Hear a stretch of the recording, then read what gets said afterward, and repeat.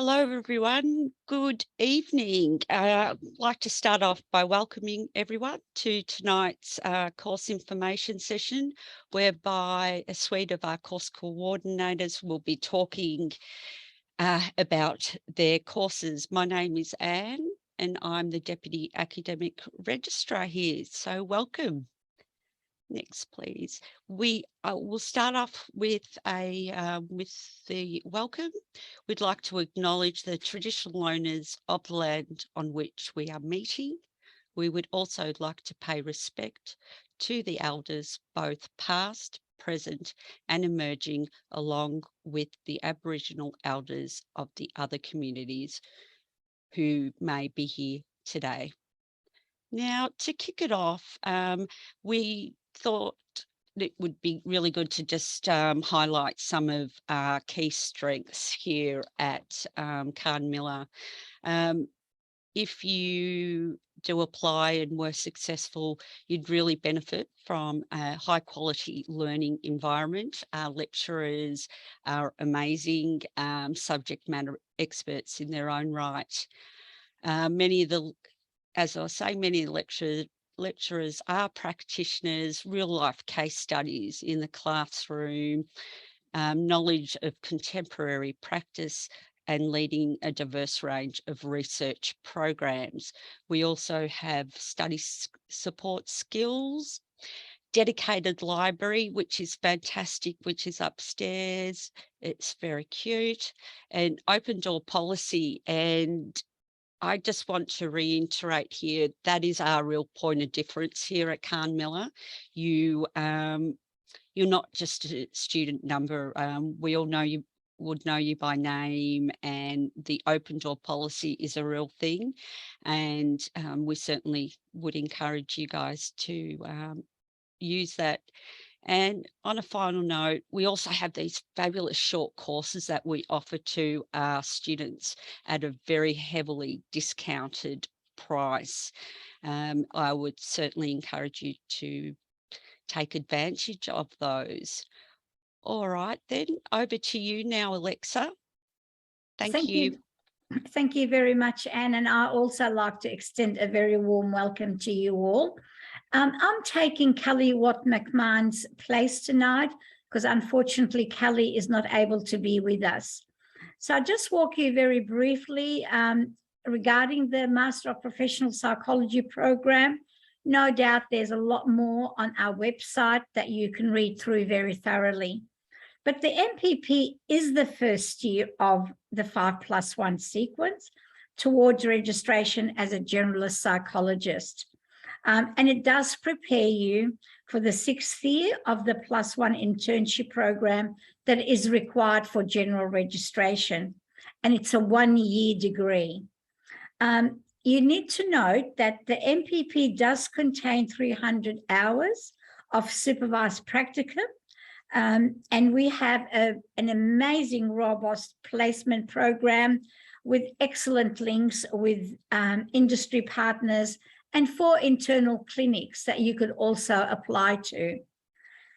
The course outcomes are listed here, but again, briefly, they are to enable you and to empower you to meet all the competencies that's required for general registration.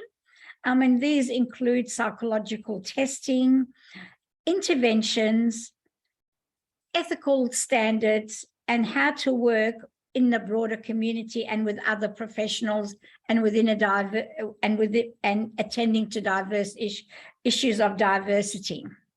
So next slide.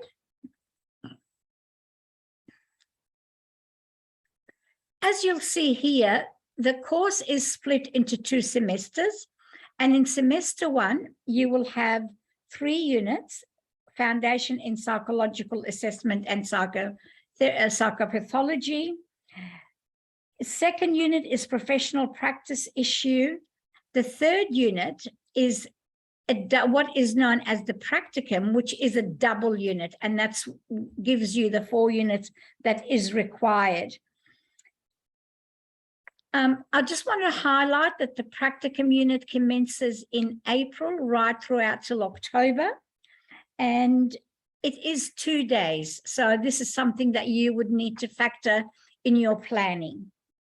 So second semester is advanced skills in psychological assessment and psychopathology, as well as psychological treatment models.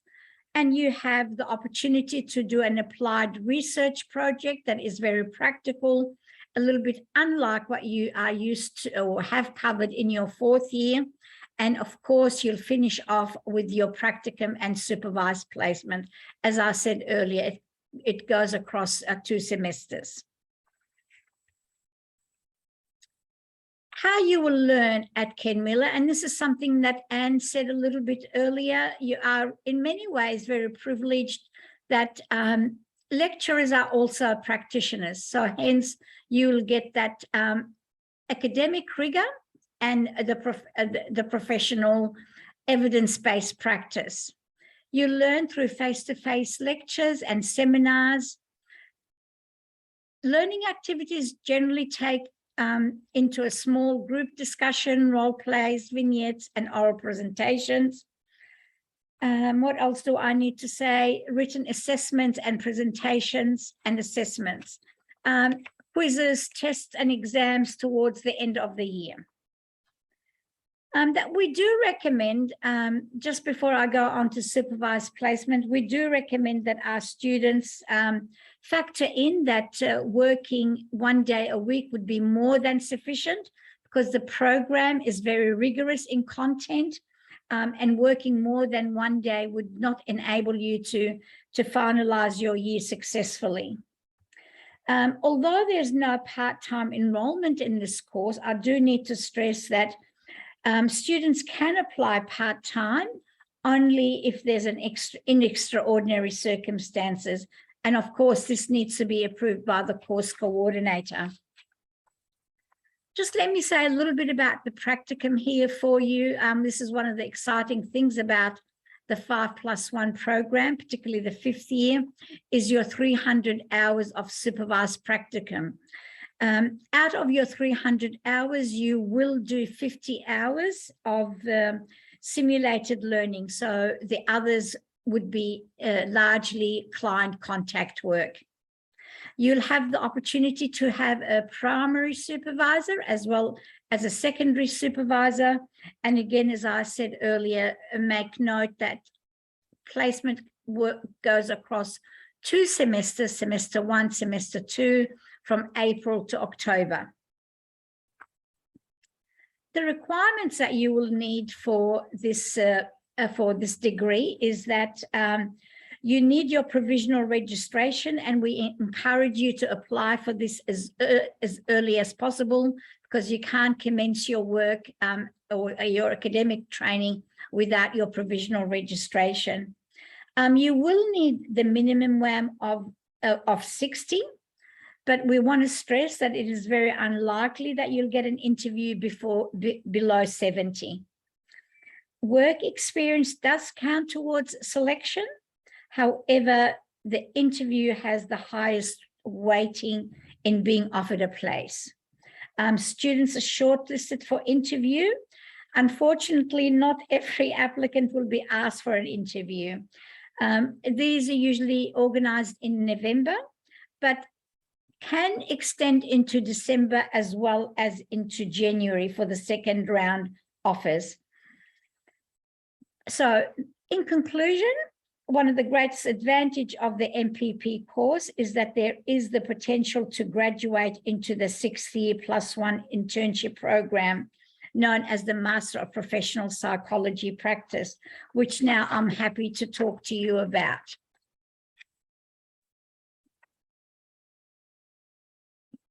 So on satisfactory completion of your MPP, students make a seamless and a smooth transition into the PsyBA +1 internship program, which again enables you to complete your internship within 12 months, and the most likely is 14 months. At Cairnmillar, we provide you with the opportunity to choose your placement from a very robust placement base. This can be either in a community health setting, private practice, forensic setting, and educational setting and or organizational setting. So you've got diversity of choices here.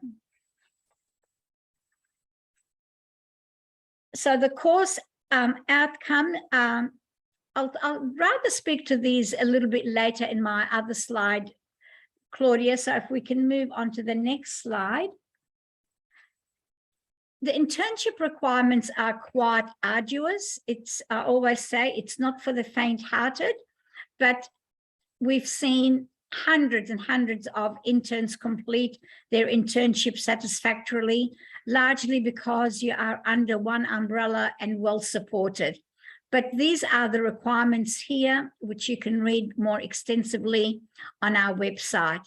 Psychological practice is 1,360 hours. You wonder how you're going to get through that in a year, but somehow you do. You will be, I can see Peter nodding his head. It's a lot of hours, but it's a credit to all our interns. Supervision largely is split into two. You will have 50 hours of individual supervision with a principal and an experienced supervisor, and 30 hours of secondary supervision. And we assist you also, if not all, the 60 hours of professional development. You'll at least have well over 30 hours of professional development through Cairnmillar. Other requirements of your +1 internship program also includes those logbooks, the case reports that you need to submit to APRA and pass, because otherwise you can't register without these. You also have commitments to 8 direct observations. You also have your progress reports, and you are also well and truly supported with the National Psychology exam, with 5 workshops that walk you through that process. As you can see, that our course structure is quite actually simple. It starts with summer school in November, where we take our MPP students and thoroughly prepare them step by step towards their internship plan for their internship year. So then you begin your semester 1 with your supervision, with your supervisor, completing your one case report, 4 direct observations, and your skills development workshop, and also at the same time completing some of your National Psychology exam workshops. And that repeats itself again in semester 2. For those that are not able to finish their internship within that time frame, have also the December, January, February, 3 months to complete and tidy things up. So that is our summer unit into 2023, into 2024. To be admitted into this program, you will need to have completed your 5th year satisfactorily, and other students from other universities also can apply. We're very happy to take external students. You will need a WAM of 70 in your 5th year, and your readiness is assessed also by your MPP coordinator and also through other references that we obtain. How you will learn, I think the most wonderful thing about Cairnmillar is its intimate boutique style way of learning. It's small. You will be well supported through individual and group supervision. We develop skills development workshops, all depending on the various learning needs that our interns are wanting to gain for that particular year. This year, we've had eating disorders, we've had assessment refreshers, we've had trauma-informed therapy, couples counselling. And most importantly, you will be well supported with your case reports, your direct observations, your progress reports, as well as your logbooks. And the National Psychology exam rate at the moment stands at 99% pass rate. So that is excellent. That it speaks for Cairnmillar itself. So thank you. And if you do have any questions, please feel welcome to put them on the chat. But just to finish off, I'll go through the course outcomes. On successful completion. You will graduate and you will finish not only just with your general registration, but you will end up also with a master degree, TEXA approved level 9. And you'll be able to apply for membership to the APS, and employability is at your doorstep. All our interns are snatched up well before they finish their internship. So we're very proud. Thank you.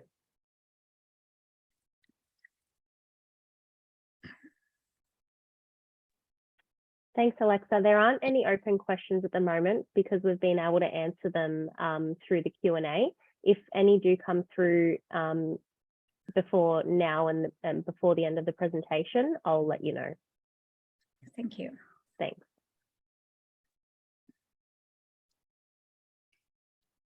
So over to you now, Richard. Right, well, thank you everyone for coming along, and welcome to the information evening. So my name is Richard Moulding. I'm the convener of the Masters and Doctorate of Clinical Psychology. So the Master of Psychology Clinical prepares students for professional practice and registration.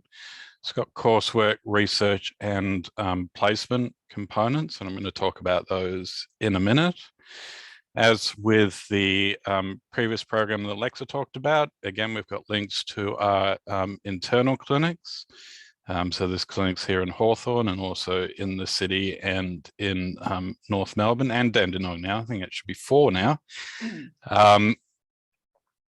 And the Master of Clinical Psych, once you finish that, you're eligible for registration as firstly as a generalist psychologist with, once you do the further registrar program, then also becoming eligible for specialist endorsement in clinical psychology as well.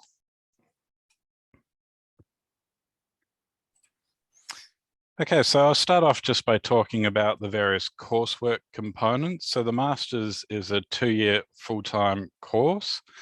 As with the MPP that Alexa talked about, it is primarily a full-time course, although if there are particular issues, we can alter progression if things do come up, but it is designed to be full-time, and that's the way that the actual course is structured in order to get you the bits that you need to know in order to go on to your placement components. It's heavily CBT oriented, as are all programs in Australia now. So in the first year, you get your very first component before you actually start. There's an intensive workshop series, and that leads into a observational placement that's at Monash Health. All our students go through that in their first semester. You also get training in psychological assessment. So things like using tests such as the PAI and the WISC. We have a ethics component, as every course does, and it's important to get that out of the way before you get into your main practicum components. And then there's a research project, and that research project continues throughout the course. In the Masters, it's a 5,000 to 8,000 word thesis, so it's a minor thesis. So that will be similar, presumably, to the size of the honours project that you've just done, but the advantage or the difference in a Masters course is it's normally more applied. You get an opportunity to work with a supervisor in a topic area that you're actually interested in, rather than, you know, whatever the honours supervisor had in your 6-month essentially 6-month period of doing your honours. And so people do various things within their projects from, you know, we've got a lot of people who work in the health area, people like Pete and myself and Brett Deacon in more clinical areas, people who do research on stress and stress in psychology workers. There's work on the impacts of telehealth. So there's all sorts of different components that people do in the masters, including some work on therapy dogs as well, which one of our supervisors is doing, which is quite different and interesting. So that's your very first semester. So that's very heavily, oh, sorry if we can go back. That's very heavily coursework based. Second semester is where you start your practical placement in a more time-consuming, more rigorous component. So most people are on 2 days a week throughout second semester doing placement. A lot of people go through internally at the clinic here, but also externally as well in places like schools and private practices and so forth. It is a structured placement program, so that the placement you go into in your second semester is kind of normally a more less complex clients and more structured kind of scenario as well before you get into your external placements in second year.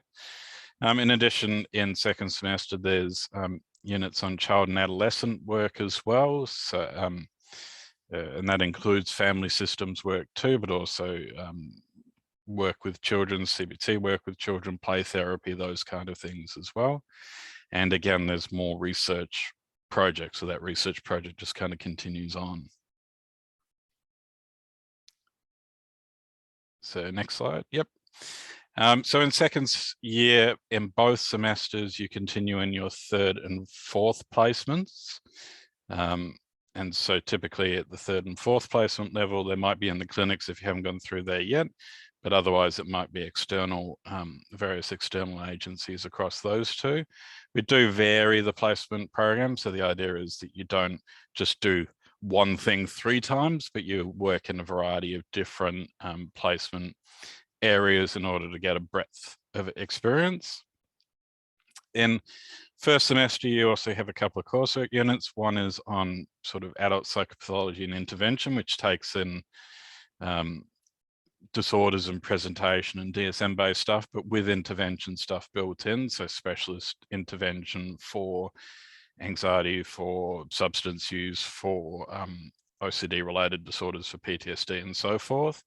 And there's also a therapeutic unit, interpersonal processes, which has things like frame of reference for, or frame of work for practice, but also it does touch on things like schema work and ACT and EMDR. And so a third wave kind of psychotherapies particularly as well.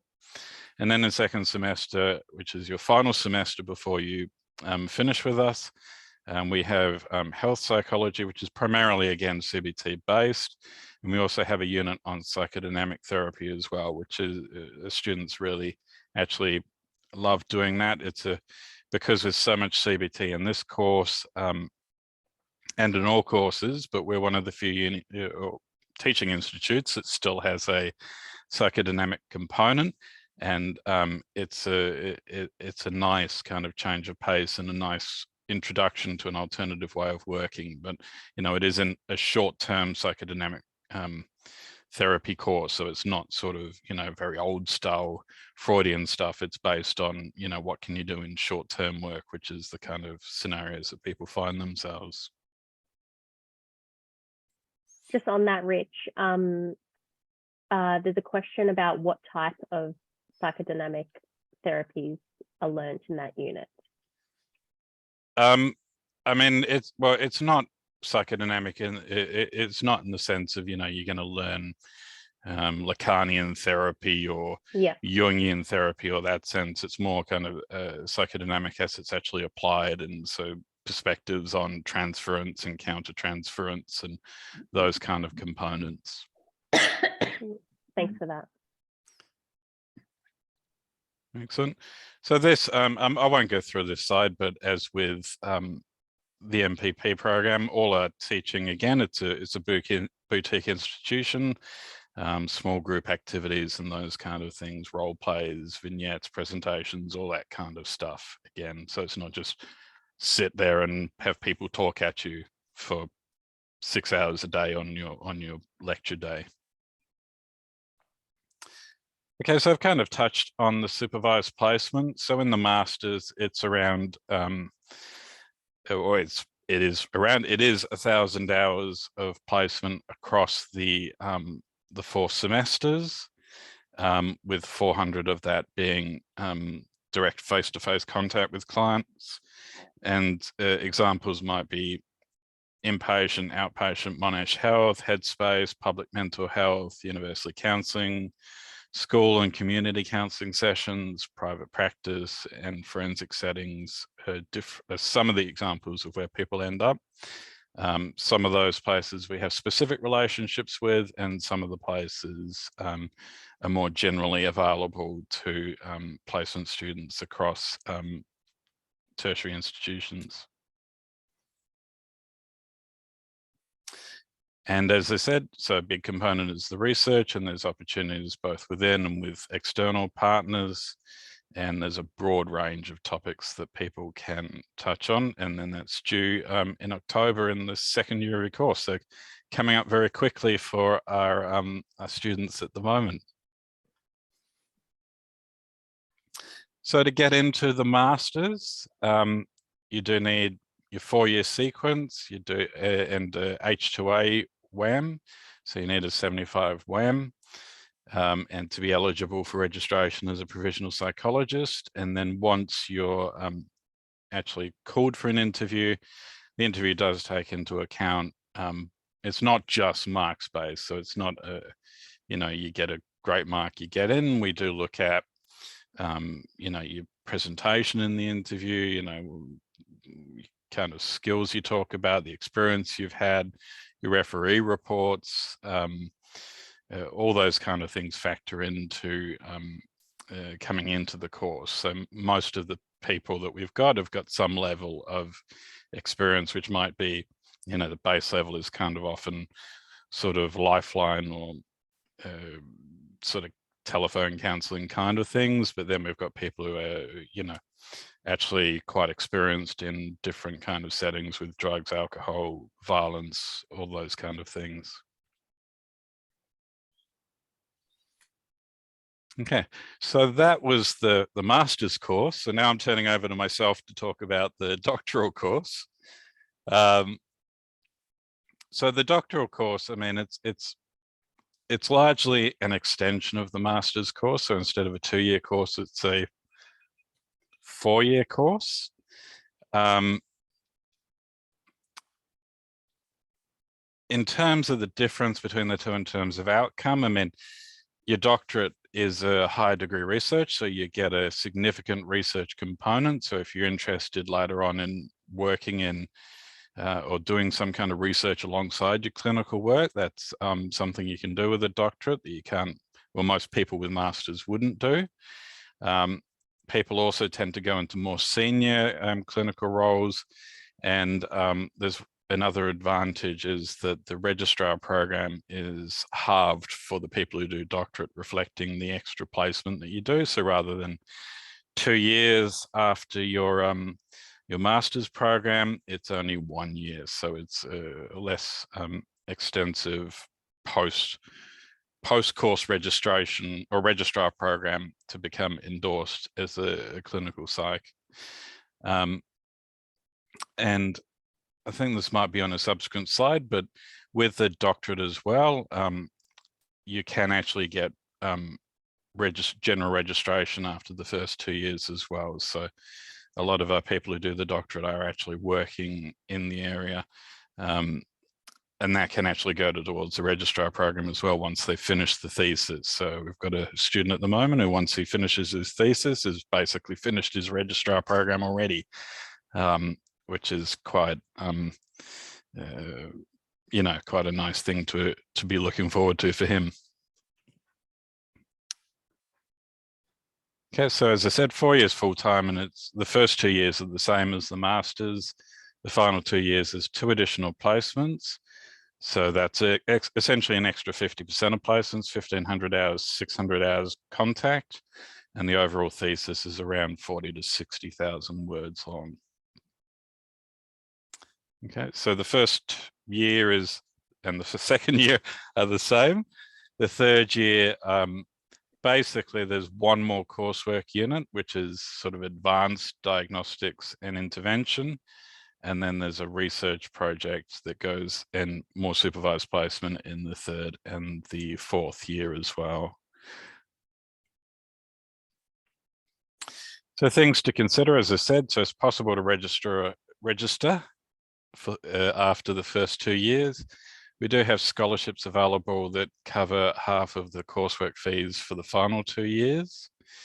And yeah, once you finish, you'll be able to call yourself a doctor as well, which is a nice additional thing. And it does open the doors to a little bit more flexibility in your career if you want to do that as well.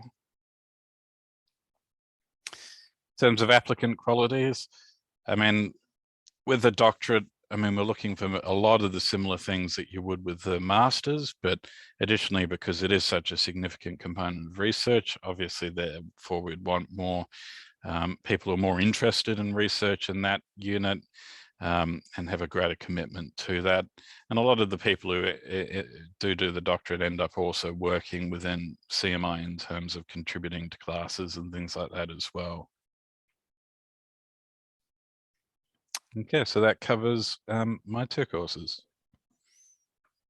Can I just throw one question in there before we move on to Pete? What is the time demand in terms of face-to-face learning to attend lectures for the Master of Psychology? Okay, so the primarily for most of the degree for the masters, you've got 2 coursework units, with the exception of the first year where the first semester, where you've got an additional unit and some research component as well. So the first semester, it's 1.5 to 2 days a week in terms of actual coursework. Second semester, 3rd and 4th, it's 1 day of actual coursework. So that's all done on a Friday. So the other 4 days, you're not necessarily at Cairnmillar unless you're in placement at the clinic here. So most people are outside of the first semester. So most people will do 1 day of coursework, a couple of days of placement. Sometimes people go to 3, but it's mainly 2. And then there's a day where you're doing sort of related work to the coursework, assignments, self-directed learning, working on the research. So it is a full-time course. I mean, that could go over into the 5th day as well. So we do recommend that people don't work more than 1 day a week, because otherwise it's quite stressful. And people, you know, if people do tend to fall behind, we'll often find it's because they're working more than perhaps is advisable. And that's when it starts to slow down things like research or placement, or interferes with coursework and so forth. Thanks, Rich. And can I just quickly do one more, just a real quick one if you can? What can a clin psych do that a general can't? What can a clin... I know, I picked a hard one to go quickly, but yeah. Look, there's it's not just a hard one, it's it can be a very political one as well, if you've ever been to APS meetings and things like that, general meetings. Typically, we would say that masters would tend to work with, you'd probably work in a greater variety of settings, and you'd work with more severe or more complex clients, but obviously there is a great overlap between the 2 as well. But yeah, it's not a question I can answer too simply. No, definitely not. All right, we'll move on. Great. Well, thanks for that, Rich. So in addition to the Doctor of Psychology that Richard was just talking about, which is our most advanced practitioner degree, we also offer a higher degree by research-based Doctor of Philosophy, or PhD, in psychology or in counseling and psychotherapy. And the PhD is designed to be completed in 3 to 4 years full-time or 6 to 8 years part-time. And it will culminate in a 60,000 to 80,000 word research thesis that will make a substantive contribution to the research literature. And this is a doctoral degree that's designed for people not who want to be practitioners, but who are looking for careers in academia or higher education, or perhaps research-oriented careers in industry, policy making, or government. And I've got the, fortunately, the easiest timeline of all the courses. Claudia, if you can advance that.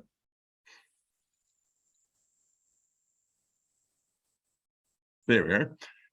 From day one through through the final day, you're working on your thesis. That is pretty much the structure of the anywhere from 3 years part-time to 8 years if you, or 3 years full-time to 8 years if you're going part-time. So you're working on your thesis the whole time under supervision, which I'll talk more about. But one of the things that separates our PhD from many of the others that are offered is that we offer additional training in research methods and statistics and qualitative research methods to help ensure that our PhD candidates have the necessary skills not only to complete their thesis, but also to be able to successfully move forward in their careers. So if we want to move on, the thesis structure, it really can be done in one of two ways. There's the traditional thesis, which is the gigantic thick volume of about 80,000 words, where it's a discussion of conceptual understandings, theoretical underpinnings, reviewed literature, and so forth. But more commonly, what we're seeing is most students are doing what we call thesis by publication, where the thesis will be a compilation of published or submitted articles, usually in the 3 to 4 to 5 range, but it will depend topic by topic, that are bookended by a thorough literature review at the beginning and then a general discussion of the overall thesis at the end. And that's typically in the range of 60 to 80,000 words. And both of those, the 80,000 or 60 to 80,000, really focuses on the bulk of the text, so not references, tables, appendices, and so forth. And moving to the next slide, you will be assigned a couple of supervisors during your PhD thesis, a principal supervisor who's going to be a very highly experienced PhD supervisor, and then an associate supervisor who may also be similarly experienced, or maybe someone who has a doctorate but is less experienced as a supervisor. Our supervisors, for a smaller institution, we are batting well above, we're well above our pay grade there. We have many of our faculty are internationally recognized, many of whom have dozens, if not hundreds, of peer-reviewed publications in leading journals, multiple book authors, and so forth, and decades of experience mentoring doctoral candidates. So I've listed or shown some of our most experienced supervisors there, but if you follow the link down at the bottom, or find it through our webpage, these are the supervisors that are eligible to be your principal supervisor, meaning not only do they have a doctorate so they can be your supervisor, but also they've got experience mentoring students through to make sure that you've got the protection. We can move on.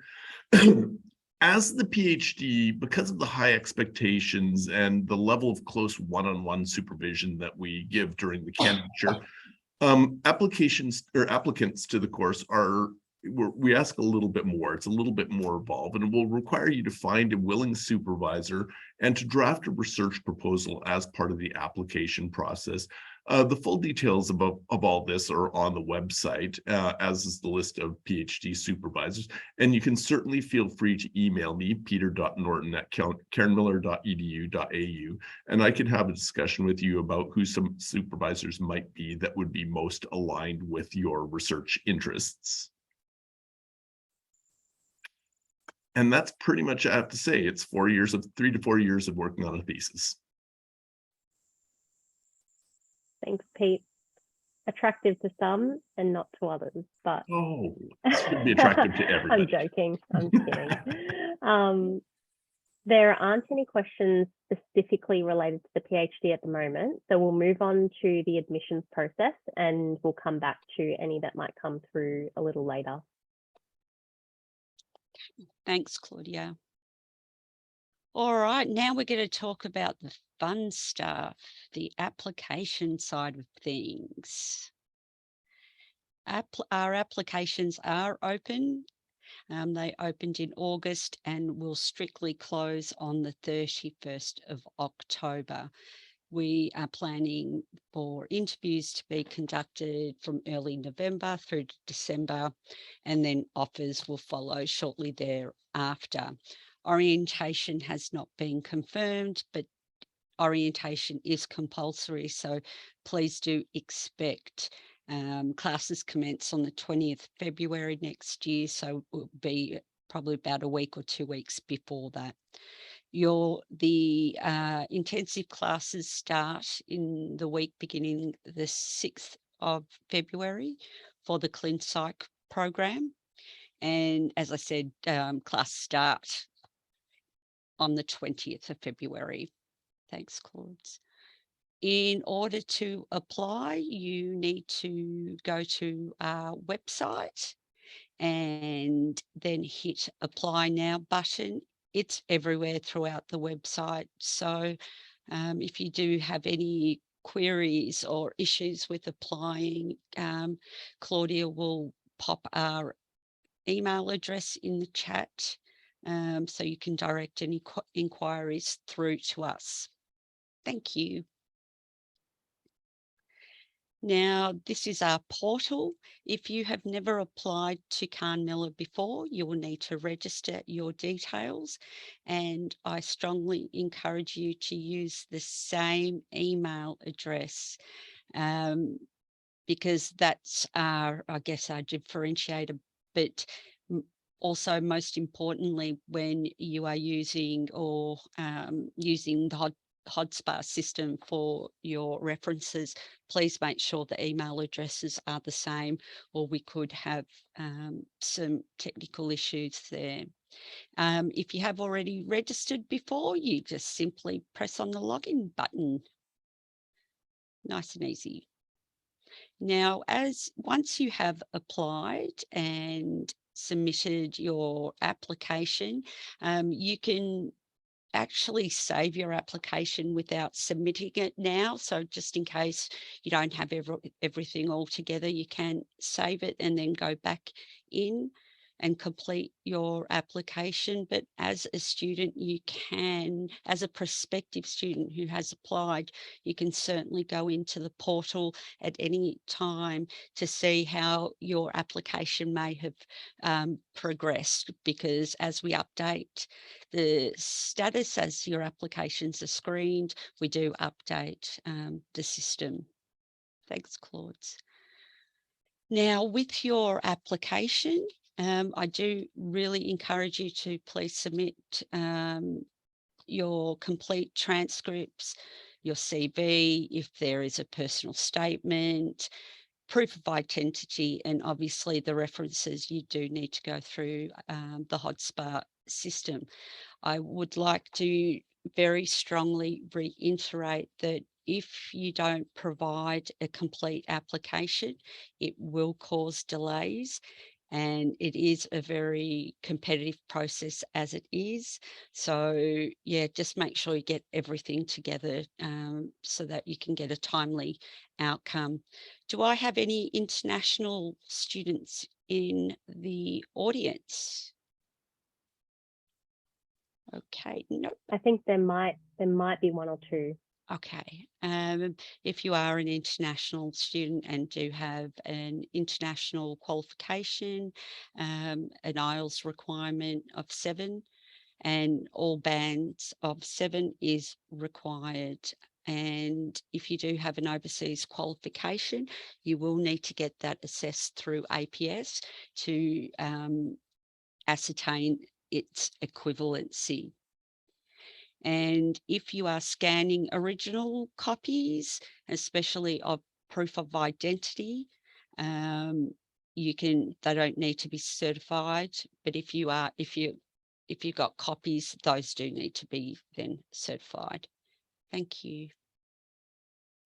If you're ever in doubt, we have a very comprehensive FAQs on our website. We've tried to post as many question and answers that our prospective students might have. But if you're not sure, just shoot us an email. Claudia has put that in the chat. I must say we're pretty good in responding, usually within 24 hours. But in all honesty, usually within 30 minutes, you'll get a response. The team's pretty good here. Thank you. Now, in terms of your tuition fees, you can find the tuition fee course fees listing.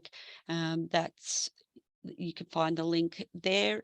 If you are applying for fee help, it is a deferred loan scheme. And once basically you start working and start earning a particular amount, you will be required to then, there's a percentage amount that's taken then out from your pay. Now, it is very, very important if you are choosing to opt through fee help, there are loan limits. So be aware of that. And also we will send you an invite to complete an ECAF.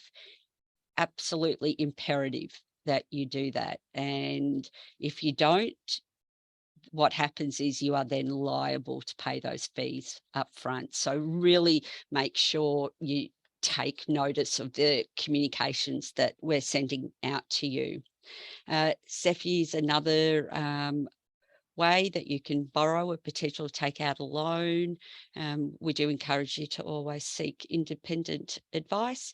And if you are choosing to pay up front, you may do so. And if you are choosing to pay up front and you might be struggling to make those payments, we have a fantastic accounts team and you can talk to us about an easy payment plan as well.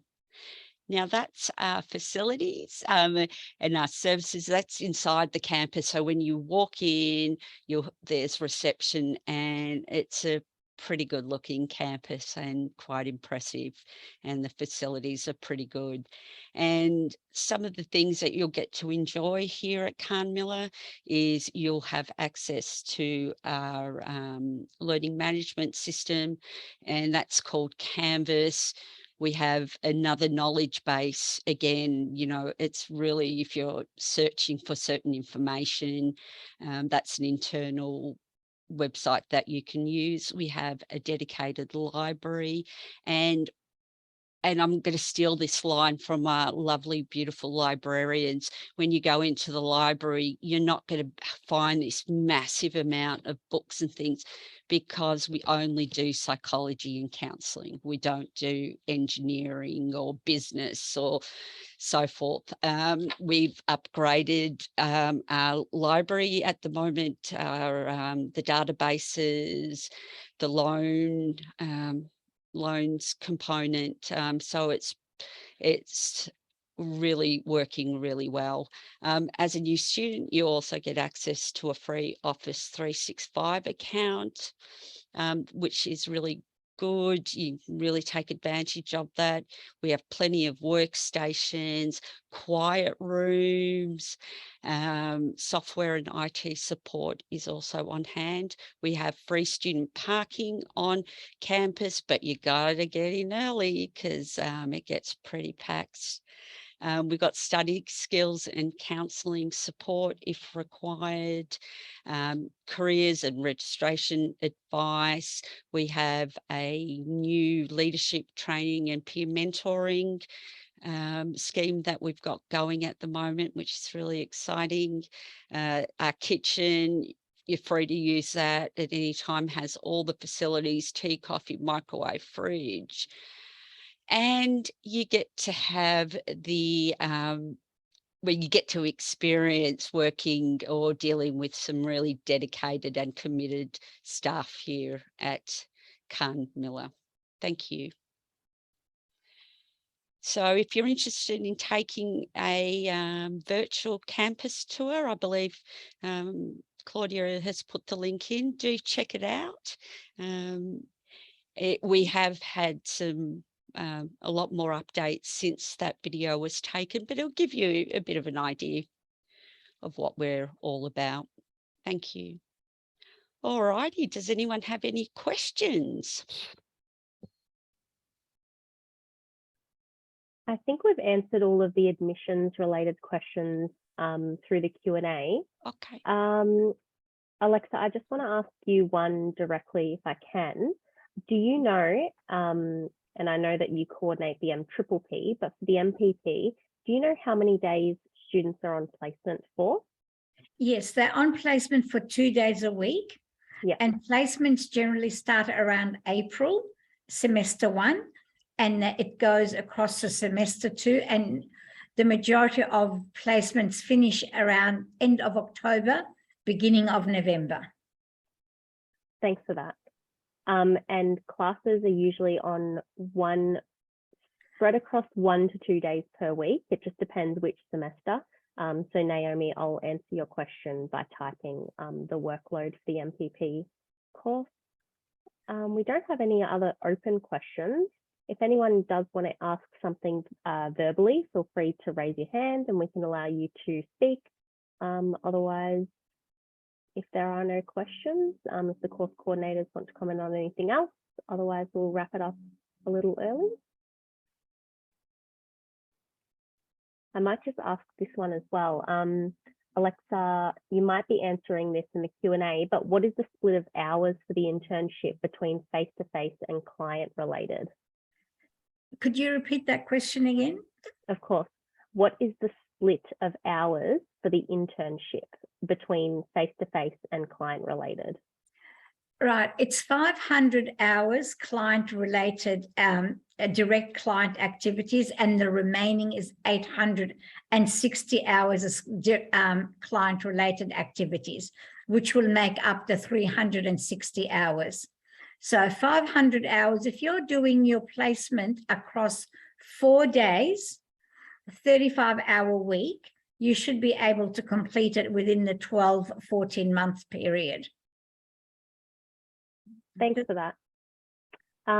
We have another question. How many applicants are generally accepted per year? So per course, the MPP varies each year, but between 30 and 50, I want to say, across that span.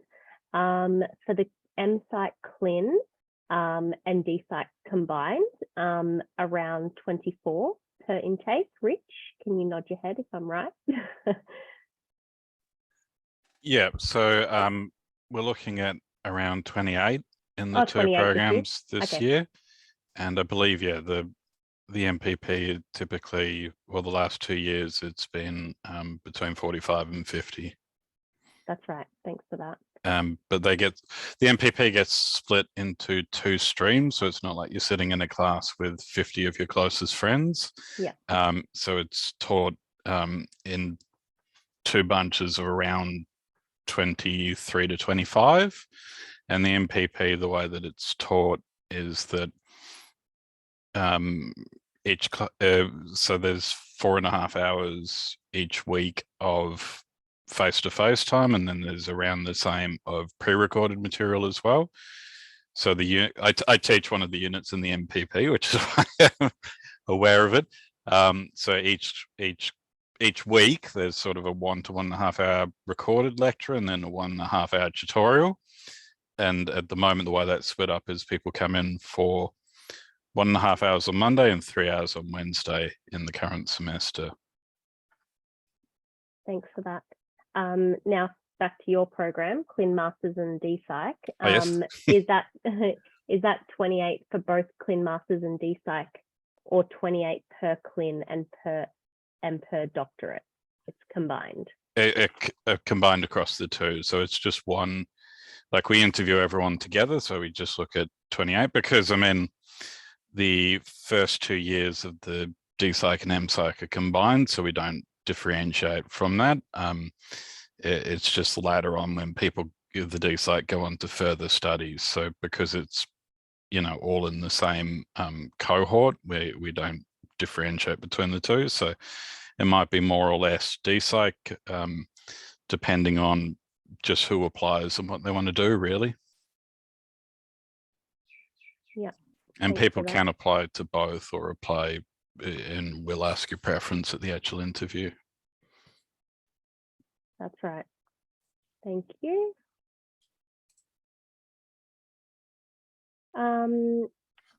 This is a good one. Again, directed at you, Rich. If you're doing the MPsych, can you apply for DPsych after the 2 years? Yep, you certainly can. We do get people who transfer from the MPsych to the DPsych. Because it's the same coursework structure and placement structure, it's a simple transfer in terms of, it's not like you've got to get jigsaw together some kind of course credit kind of thing. It's a very straight kind of transfer in that kind of sense. It's just the main thing is that as you're coming into, well, there's a sort of a half-hour presentation where you talk about why you want to transfer and what is it your research is going to do. So how are you going to expand what is a master's project into a DPsych? But when people do that, typically the master's project becomes like the first study out of the DPsych, and then, you know, most DPsychs have 3 studies or 3 papers. They might not be necessarily separate studies, and so the MPsych would form the first component of that. So as people are going through, they'll, if they're quite enjoying the research or are looking to go for want that kind of flexibility or whatever the motivation might be, if they chat to the supervisor going through and chat to me, I'm always around, and we can make that process happen. And we've done that for a couple of students this year. Yes, thanks for that. And does that transition have certain requirements, for example, WAM? I think nominally there is a requirement of a WAM between the two, but that's not necessarily strictly enforced. It's more, you know, I mean, in reality, people won't want to transfer if they don't have strong research skills, and if the supervisor and the discussion indicates that, you know, I mean, if you're finding that research is just not your thing, then doing an extra 2 years of it isn't going to appeal. So to an extent, the WAM is a little, or the, not the WAM from your previous units, but the WAM within the course is a little bit superfluous to that. If you're showing good skills and ability to write, then that's kind of says a lot for that process. And then it comes down to the indicating you've got a plan and you're going to successfully get through and that sort of thing. Yes, thank you. Someone's just asked about the recording of this session. Yes, we'll be emailing a link to the recording and the slides maybe tomorrow, but it might be next week sometime. So you'll get it regardless. Couple of thank yous, no worries. All right, well, it's pretty much right on 6 o'clock. So I think on behalf of our course coordinators and our admin team, I'd like to thank everyone for their attendance this evening. Please feel free to email our applications email, which is on the screen at the moment, with any kind of more personal queries or any queries that we didn't get to today. And like Anne mentioned, we usually get back to you within 24 hours, but mostly it's around 10 minutes that we like to clear them out. So we like to answer your questions and clear them out as soon as possible, because we do receive a lot. But yeah, thanks for your attendance, and we wish you the very best of luck if you do choose to apply with us. Thank you. Good night, everyone. Thank you, everyone. Thanks, everyone. Good night, everyone. Good night. Good night.